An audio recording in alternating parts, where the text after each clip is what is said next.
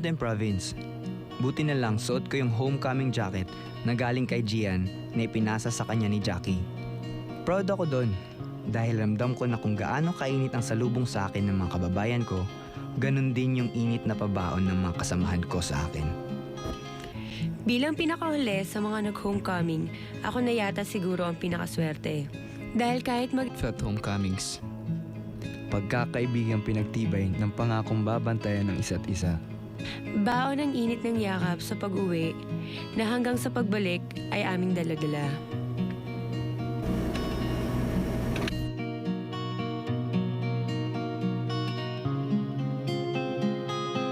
Eto na sa ngayon. Ang kaisa-isang saksi sa lahat na nangyari mula Mountain Province hanggang Davao. Nagsilbi itong memorabilia natin, no? Nung lahat nangyari sa atin doon. Pero guys, alam nyo, yan yung magiging simbolo natin. Simbolo ng friendship natin, di ba? Oo, kasi kanya-kanyang amoy natin. Hindi, ako naman yung simula. Wala Ako yung ka last pang nagabot sa'yo. pangalan sa akin. Talagang sobrang na-miss ko kayo. At least bago. Oo nga, yun lang. Social, Di ba mabaho, di ba?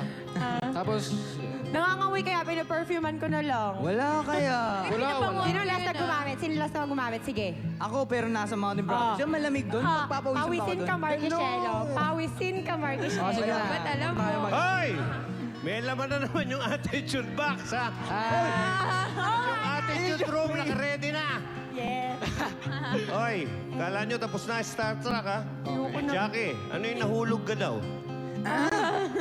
Nako, marami kayong dapat sagutin sa akin. Pagbabalik ng Homecoming! A Starstruck Special!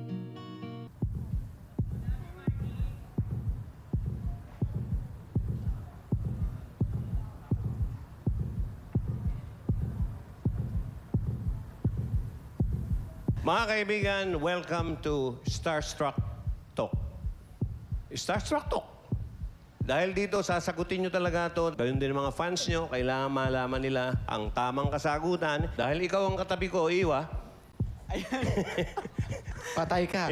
Ikaw na agad tatanungin ko. Ako na Ha? naman. Lagi ka raw tumatakas, nakamotor ka. Hindi po yun totoo. Ilang beses ka na disgrasya sa motor? Ha? Tatlo po. Hindi totoo, tapos sumagot ka ng tatlo. Hindi po ako tumatakas, pero natiscrash po ako.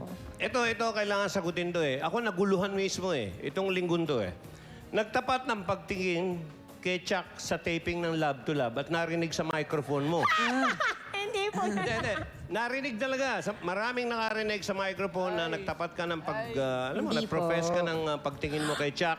Hindi po. At pagkatapos, ang matindi po, mga kaibigan, nagtapat ka rin kay Marquis nung nasa Iloilo tayo. Eto, matindi. Akala nyo matindi na yon? Mas matindi pa to. Nung Sunday, nanonood ako, nilips to lips mo naman si Gian. Oh! Saan? Siya po yung nag-lips to lips sa akin nun eh. Pumayag ka eh. Ano ba talaga totoo dito? Hindi po. Ano totoo? Mag-best friend po kami ni Chuck. Nilibiro ko lang po siya that time. Kasi masyado po siyang feeling ko allergic na sa mga girls. Parang, Chuck. Laglagan ba to, Jackie Rice? Hindi po. Yung po yun, binibiro ko lang po siya nun. Tapos, So, biro lang yung narinig sa mic, ha? si Marky Kay Marky. po, hindi po ako nagtapat ng pag-ibig. Sabi ko po, crush ko po si Marky. Oo, yun naman pala. Pero, crush ko po siya kapag ganyan, normal talk lang, casual.